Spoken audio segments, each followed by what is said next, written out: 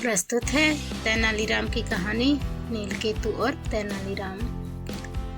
एक बार राज दरबार में नीलकेतु नाम का यात्री राजा कृष्णदेव राय से मिलने आया। पहरेदारों ने राजा को उसके आने की सूचना दी। राजा ने नीलकेतु को मिलने की अनुमति दे दी। यात्री एकदम दुबला पतला था। वह राजा के सामने आया और बोला, महाराज, मैं नील देश का नीलकेतु हूँ और इस समय मैं विश्व भ्रमण की यात्रा पर निकला हूँ। सभी जगहों का भ्रमण करने के पश्चात आपके दरबार में पहुँचा हूँ। राजा ने उसका स्वागत करते हुए उसे शाही अतिथि घोषित किया। राजा से मिले सम्मान से खुश होकर वह बोला, महाराज, मैं उस जगह को जानता हूँ जहाँ पर खूब सुंदर सुंदर परियां रहती है। मैं अपनी जादुई शक्ति से उन्हें यहाँ बुला सकता हूँ।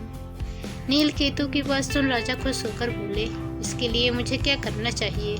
उसने राजा कृष्णदेव को रात्रि में तालाब के पास आने के लिए कहा और बोला कि उस जगह में परियों को नृत्य के लिए बुला भी सकता हूँ। नीलकेतु की बात मानकर राजा रात्रि में घोड़े पर बैठकर तालाब की ओर निकल गए।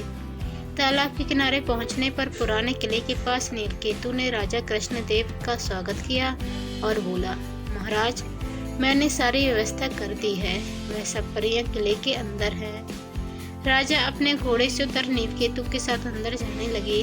उसी समय राजा को शोर सुनाई दिया। देखा तो राजा की सेना ने नीलकेतु को पकड़कर बांध दिया था। यह सब देख राजा ने पूछा, यह क्या हो रहा है? तभी किले के अंदर से तेनालीराम बाहर निकलते हुए बोले, महाराज, मैं आपको बताता हूँ। तेनालीराम ने राजा को बताया, यह नीलकेतु एक रक्षा मंत्री है और महाराज, किले के अंदर कुछ भी नहीं है। यह नीलकेतु तो आपको जान से मारने की तैयारी कर रहा है। राजा ने तेनालीराम को अपनी रक्षा के लिए धन्यवाद दिया और कहा, तेनालीराम, यह बताओ, तुम्हें यह सब पता कैसे चला? तेनालीराम ने राजा को सच्चाई बताते हुए कहा, महाराज, आपके दरबार में जब नीलकेतु आया था तभी मैं समझ गया था। फिर मैंने अपने साथियों से इसका पीछा करने को कहा था। जहाँ पर नीलकेतु आपको मारने की योजना बना रहा था। नीलकेतु तेनालीराम की समझदारी पर राजा कृष्णदेव ने खुश होकर उन्हें धन्यवाद दिया। तो दोस्तों, आपको ये कहानी कैसी लगी कमेंट कर जरूर बताएं। चैनल पर नए आए हैं तो चैनल को सब्सक्राइब कर बेल आइकन को क्लिक कर लें। धन्यवाद। जय हिंद।